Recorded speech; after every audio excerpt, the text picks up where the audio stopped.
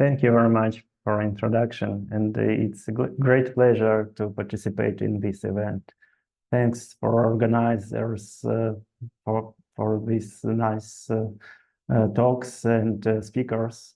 I enjoyed it very much.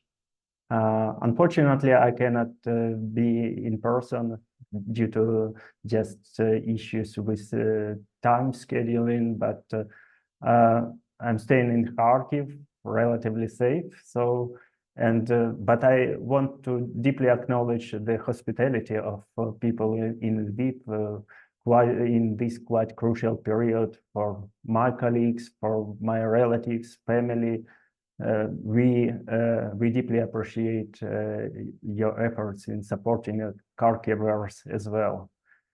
So, and with this, let me go to physics. So the title may seem unusual, but let me explain a bit from alternative point of view what I would like to tell you. So we start with quantum computing and quantum advantages. And if we start asking questions, what are the quantum computers good for the experts? And if I had one, which purpose could it effectively serve? So many of you will start explaining that there are certain quantum algorithms that you immediately see quantum advantage, certain sampling problems for quantum systems where you immediately see advantage. Cryptography, we had wonderful talks on quantum cryptography. I do not want to repeat it, but you see immediately how effective it could be. But then we go to people just doing condensed matter physics and asking them, would you like to use a quantum computer without noise, for example? And everybody answers, if he deeply doing condensed matter physics, yes, sure, certainly yes. And what are the problems that quantum computer could solve? And that's the question that I would like to address in this talk. So to have some certain impression, especially for young people joining this event, I'm very happy to explain a bit or give a little bit impression what is it about. So let me just mention a few. So imagine you have magnets, you have insulators, you have metals around you, you have even superconductors that serve for purposes of construction quantum computers. And the famous example are the superconductors on the basis of copper oxides. They operate at pretty low temperatures of order of 900 Kelvin, but still these are called high temperature superconductors. And if you ask condensed matter theorists, what is the upper bound for this type of compounds to operate, whether it's possible to construct a room temperature superconductor? And the answer would be, why not? There are no known restrictions at this moment. So you start to look into detail on in these compounds, and you see the elementary cell. So you can then perform translations and then construct the macroscopic material. It doesn't look that easy already. If you think about ions in this cell as classical objects, even you see the copper ions. You have 4 in the upper plane, then 4, then 4, then 4. You have 16. And if you know this copper belongs to the so-called transition metal oxides, so they have shell of d electrons, partially filled. So you have 10 degrees of freedom, 5 orbital and 5 spin. So you have 10 degrees quantum spin degrees of freedom. And for this elementary cell, no classical supercomputer can describe exactly the state of electrons on the copper ions. So there are too many quantum mechanical degrees of freedom. And the general situation with strongly correlated materials in condensed matter reminds a little bit expression by neurophysiologist George Puch, who said, if the human brain were so simple that we could understand it, we would be so simple that we couldn't. So it requires some time to understand this expression, but as soon as you understand it, then you can make a parallel to the situation with all these condensed matter phenomena. So you have a plethora of interesting, exciting phenomena in condensed matter physics. And you understand, if these materials were so simple, then you wouldn't observe these many fascinating phenomena in these compounds. And now, let me go into some simplifications that we do as series. And I will show, even with the count, if you go to the simplest possible level, you still cannot solve easily that problem without quantum computer, ideal quantum computer. So the most basic paradigm of these strongly correlated materials dates back to 1963, to the works of Martin Gutzwiller, Junichiro Kanamori, John Hubbard. And as it was written in a special editorial in Nature Physics, the Hubbard model continues to be one of the most popular contrivances. So this is word for toy models of theoretical condensed matter physics. So the idea was simple, just to construct the simplest possible model you can, but preserve essential information for strongly correlated electrons. So, and the challenge was accepted by these authors. And now we usually view this model as the sum of two processes. If you're not familiar with second quantization form, this is not a problem, but I will say that this is creation operator of electron in certain state on the side I with the projection sigma, spin up or spin down. This is annihilation operator. This is Hermitian conjugate, the reverse process.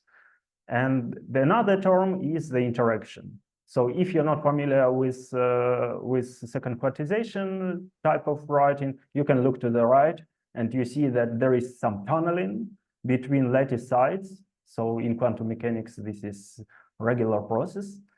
So the electron can tunnel under the barrier and back, and you have interaction between two electrons, spin up and spin down, denoted here by colors.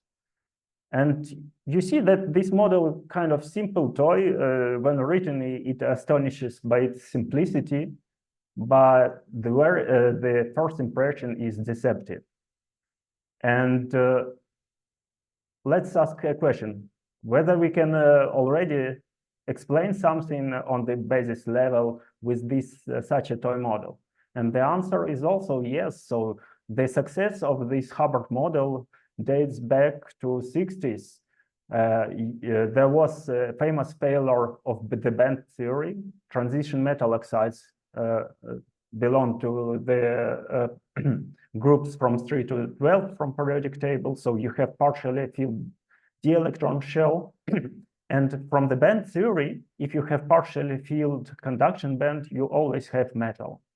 But in experiments even earlier than works by John Hubbard and others, there were experiments in vanadium oxides, in nickel oxides, and they showed that these are insulators, in contrast to the band theory. And so Neville Mott and Rudolf Fires proposed that one should account interaction effects in this system, and if you properly include interactions, you can transform these conduction bands into subbands. Now they called Mott-Hubbard subbands. But the theory appeared 25 years later, and understanding is still in progress. So we understand it, but we cannot reach explicitly accurate results everywhere in this model. But theorists did a lot, of course, in this direction, and there are analytic approaches. So you can, if you work with some kind of perturbation theories or Hartree-Fock approaches, you can start from the realm of hopping amplitude. So the first term is dominant. Then you can develop on the basis of Landau-Fermi liquid approach, for example, the theory, and explain how you feel this special Brillouin zone. So I do not go into details, but just give you impression. If you start with large interactions in the half-field model, you can go in the opposite direction, and you start from some effective spin model like Ising model, Heisenberg model, or other spin type models, and develop, and you can perform special type of also perturbation theory. It is called after Schrieffer-Wolff transformations. So analytically, you can do certain more or less reliable estimates.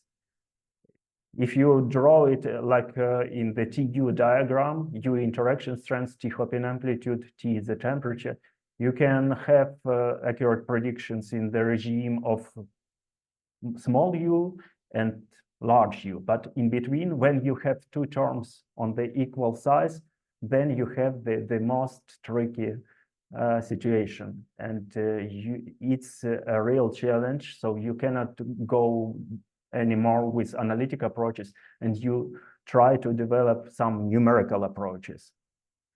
So, and this is the question, how to connect these regimes and accurately describe. Certain approaches has been developed, but let me firstly emphasize why this regime is important, because then you have also indications of quantum criticality, fluctuation phenomena, unique states. The superconducting behavior also belong to this regime when you have of the same size interactions and tunneling. Exotic phenomena like orbital ordering in strongly correlated materials, charge ordering, crossover phenomena, the magnetism as well. And the question is, how do I see this in the Hubbard model? Do I need something to add? Usually, yes, but the additional ingredients are not that many ingredients you need to add to the simplest possible Hubbard model to observe this phenomena. Like to observe D-wave instability, you need to add diagonal tunneling in the square lattice, for example. For other excitonic physics, you need to add additional orbital degrees of freedom, so two-band model. You can have exotic magnets just by adding other flavors or other components. And you can also study different lattice geometries. This is the rich field of research. So let us take then computer and just first of all classical. Just I would like to show you that how it fails fast with classical computer. You have this Hubbard model. We already learned a bit bracket notation. So you take one single lattice site, and for single lattice site, you have no tunneling, right? It's isolated from environment, and you can have four states, either vacuum state, spin up, spin down, or double on the side.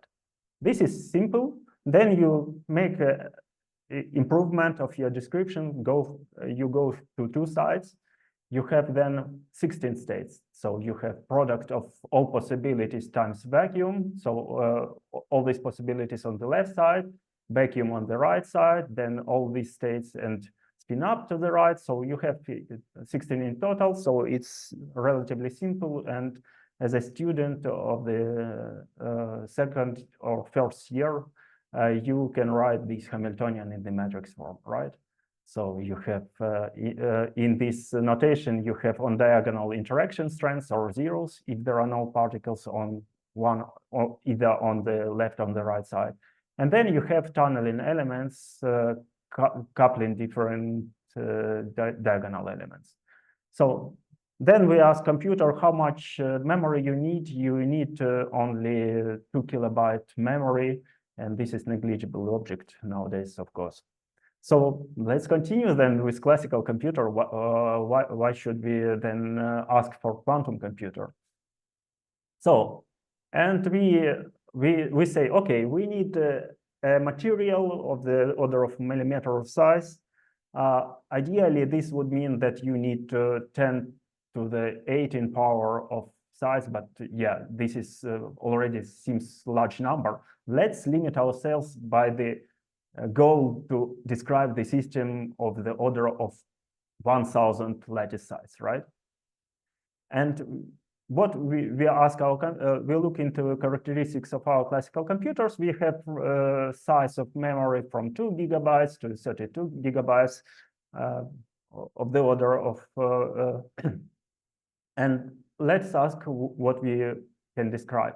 And this means you can describe the system consisting from 7 sides to 8 sides. And 8 sides in 3 dimensions means you have a cube of 2 sides by 2 sides by 2 sides. So you cannot predict anything in thermodynamic limit, right?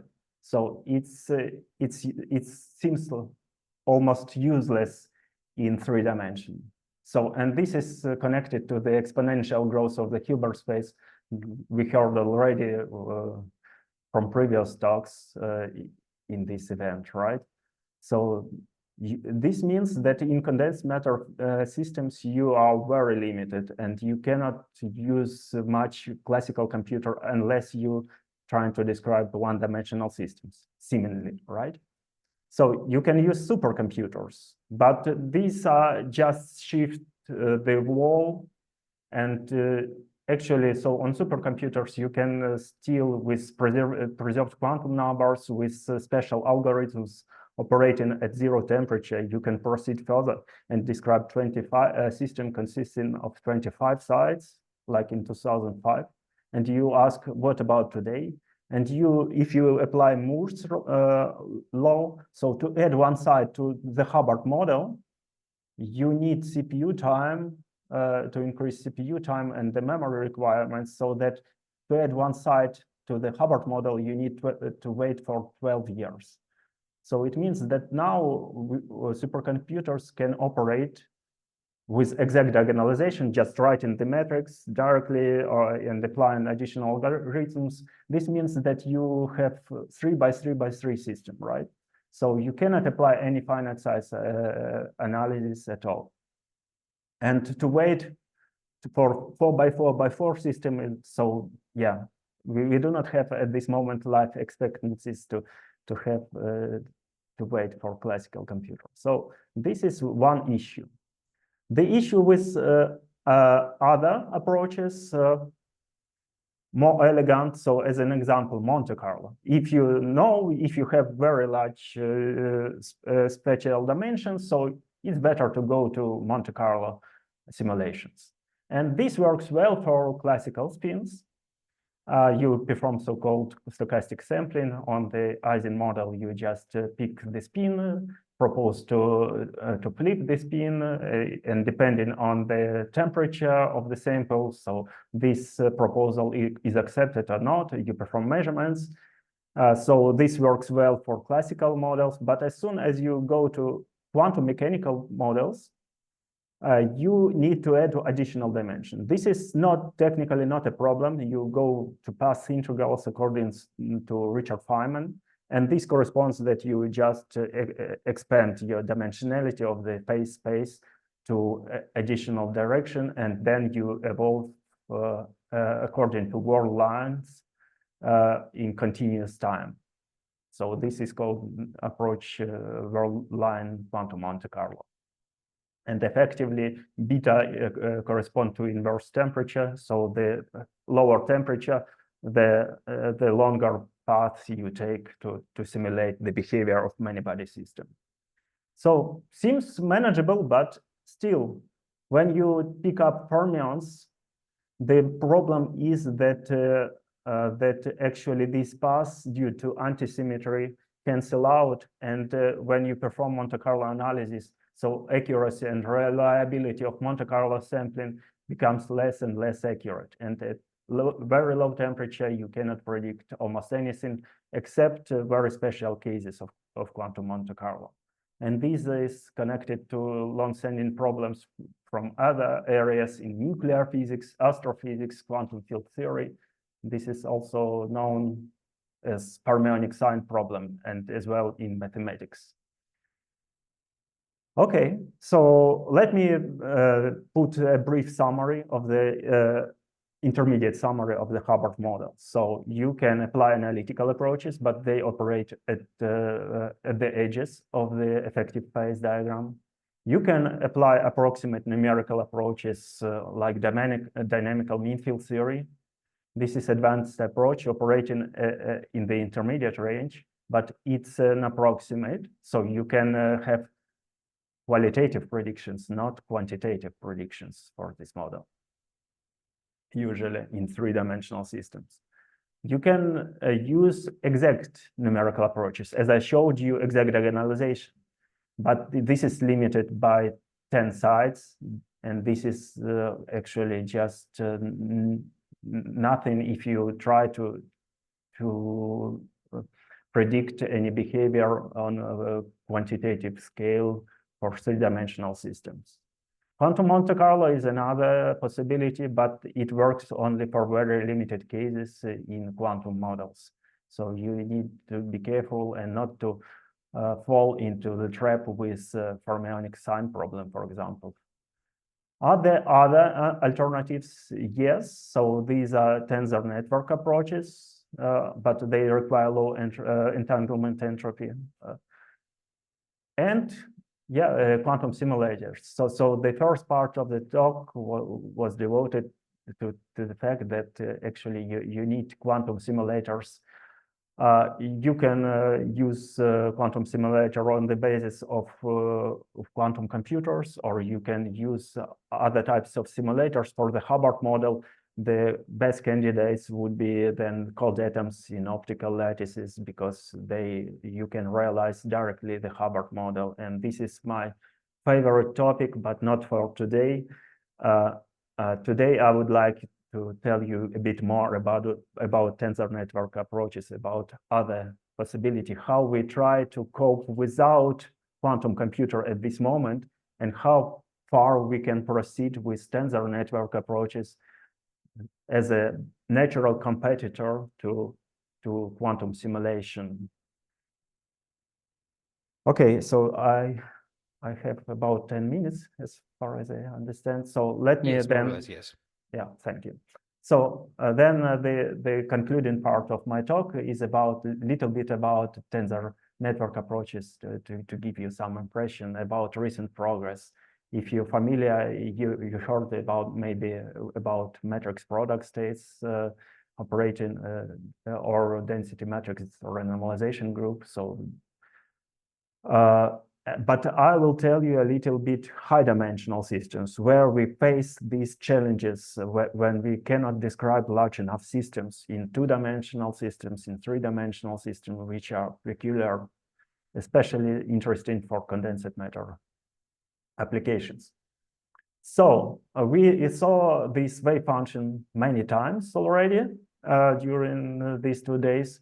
You have the many-body wave function, you have qubit states, but in case of Hubbard model, these local states can be of the dimension of 4, because you can have also zero vacuum state or doubly occupied site, but this is not important at this moment. So you have this object, and this object C is high-dimensional, so the necessary memory to store this object scales exponentially with number of your elementary ingredients, right? And how to suppress such a growth? Can we more compactly represent the wave function for a certain physical model? And it appears that the answer is yes, and it comes from low-dimensional systems. In one-dimensional systems, This is known as matrix product states representation. You represent this object, n-dimensional tensor, as a product of matrices. So you have then AB, internal indices BC, so you contract them, CD, and so on and so forth. And then you have physical indices corresponding to the lattice sites, I1 till IN, or qubit indices, right? So, and it works very well in one-dimensional systems because of low growth of the entanglement entropy. It grows according to the area law. So in one-dimensional system, you have only edges of the one-dimensional string, so it grows slowly, and you can represent physical states of the system effectively. But what about high-dimensional systems? Then you have this kind of network. It's called tensor network, and you couple elementary objects with bonds to the neighbor objects. And these approaches are called projected entangled pair states. So you have, for square lattice, you have rank 5 tensor. So you have one physical index corresponding to the lattice site, and you have four internal indices, left, right, up, down. So and each of them have dimension d. So this is called bond dimension. Important characteristics of the tensor network approaches, or even matrix product states approaches. So this controls the accuracy of your approach. The larger dimension of your matrix or the tensor, the more accurate approach. So now you have control parameter. And what is good with tensor networks, you can work with in the infinite size system limit. So you can introduce additional positive matrices on each bond and effectively then expand the lattice to infinity. The only thing, you need some kind of translational symmetry. Either in homogeneous case, you need that the tensor are equal, so you have then homogeneous case, or you need some elementary cell consisting of several tensors. And you can then apply this so-called simple update scheme to your wave function, tensors that representing wave functions, or tensor representing operators. And you can then introduce measurements of physical observables with this technique. And another important ingredient is the tensor network contraction, but it's quite advanced technique to explain you in a few minutes. So I will not go into detail. Here, I only show some results for two-dimensional systems, what we managed to do. For example, for two-dimensional systems, we can go to infinite system, but we cannot increase to infinity the bond dimension of each tensor. So we are limited with finite bond dimension. But due to correlation length analysis, so for each bond dimension of this elementary part of tensor, we can calculate the correlation length of observables like magnetization. And then we can build dependencies of the magnetization or the energy versus correlation length in the model. And we can go to the infinite limit of infinite correlation length, and that's how we can restore the prediction for the infinite system, so in thermodynamic limits. So, and we can then predict quantitatively for the macroscopic system all the necessary physical observables. This was done for the so-called spin 1/2 Heisenberg model on hexagonal lattice, and predictions appear very accurate in comparison with the state-of-the-art quantum Monte Carlo techniques. For this particular model, this doesn't, so the fermionic sign problem doesn't appear, and we can compare directly to quantum Monte Carlo. What about three-dimensional systems? Three-dimensional systems with tensor networks seemed a nightmare till recently, because then you have tensors for cubic lattice consisting of 7 legs, these are quite advanced rank 7 tensor on the cubic lattice, and if you start to compute the scaling with bond dimension, it scales like crazy. And it was limited until recently by only d equals 3. This reminds the situation with exact diagonalization. With the bond dimension 3, you cannot do any kind of similar correlation length analysis, finite size analysis. But for reliable correlation length analysis, you need something like d equals 7 to go to these numbers of dimension of each leg of the tensor. And can we do this by applying additional techniques? Currently, yes, we have some advances with additional techniques of coordinate transform matrix renormalization group. And so recent results, which are in progress of preparing for publication, we have the predictions for the cubic lattice was for the bond dimensions ranging from 2 to 7. And we see a very good agreement with quantum Monte Carlo predictions. So we have, again, interpolations to the powers of correlation lengths in this model. And we see that for three-dimensional systems, we can relatively good predict the behavior and observables for this quantum system. So this is then seems to be a natural competitor to and benchmark these results from quantum Monte Carlo and IPEPs for quantum computers then. So with this, I would like to go to conclusions to mention that our group in Kharkiv, most of people on the photograph, so guys are here working hard. Our girls are in the US right now, but still in touch. We have some collaboration with Dennis Bonder there and prepared some publication. So we are working with tensor networks. We're working with Bose-Einstein condensation phenomena, magnetism, as I mentioned, in Hubbard models, but also where we have increased spin symmetry. So magnetic ordering of different fermionic flavors. And we have some kind of also calculations with exact diagonalization matrix product states approaches for realistic systems of cold atoms in optical lattices in experimental laboratories in Europe. So with this, I would like to thank you for your attention.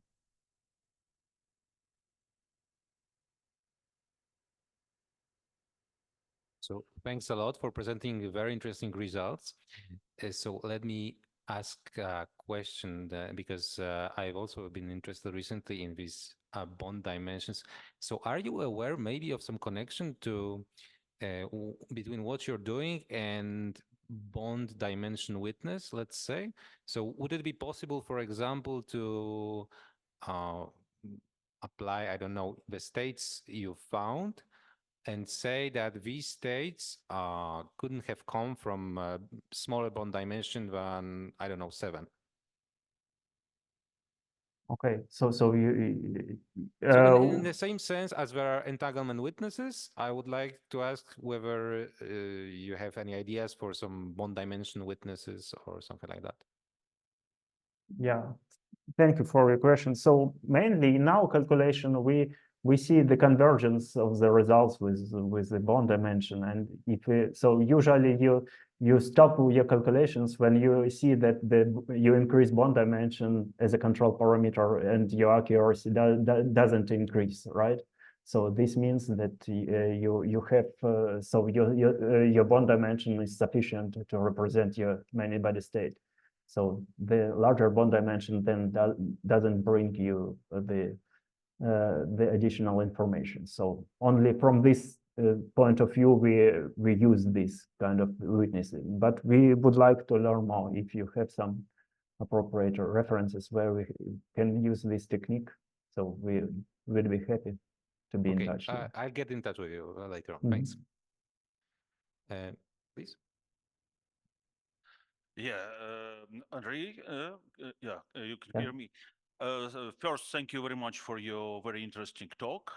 Yeah, and second, I would like to tell you that you lost a lot by not being here personally.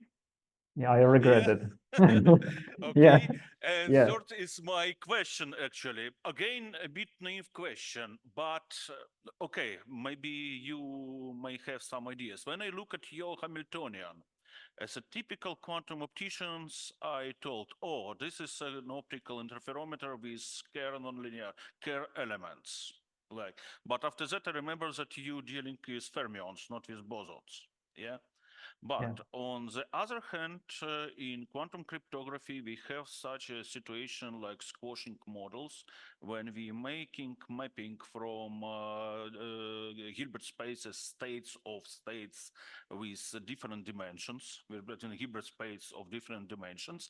Maybe this can be so basically this is between bosonic and fermionic, you mapping bosonic system to fermionic.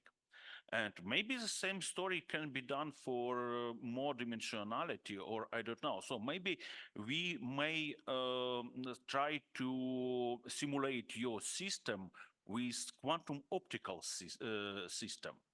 So maybe you do not need really quantum computer, but maybe we can just use something like a boson sampling scheme, but with some nonlinear elements.